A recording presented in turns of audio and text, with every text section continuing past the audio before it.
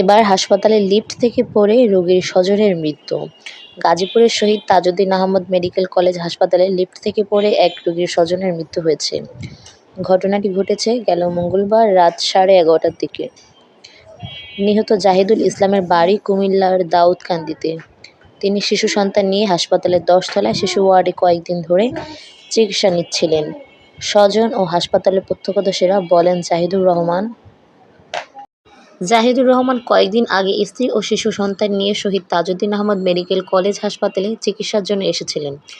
মঙ্গলবার দিবাগত রাত 11:30টার দিকে নিচে নামার জন্য 10 তলা থেকে লিফটে কল করেন।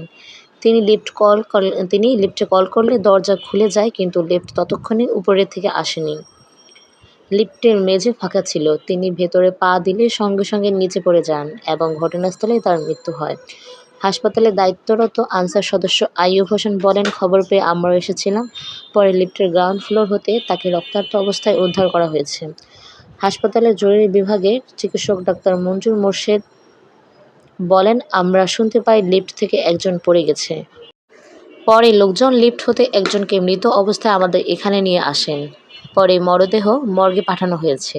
শহীদ তাজউদ্দিন আহমদ মেডিকেল কলেজ হাসপাতালের পরিচালক আমিনুল ইসলাম জানান, লিফট থেকে পড়ে একজন মারা গেছেন, যা অনাকাঙ্ক্ষিত ও অত্যন্ত দুঃখজনক ঘটনা। কিভাবে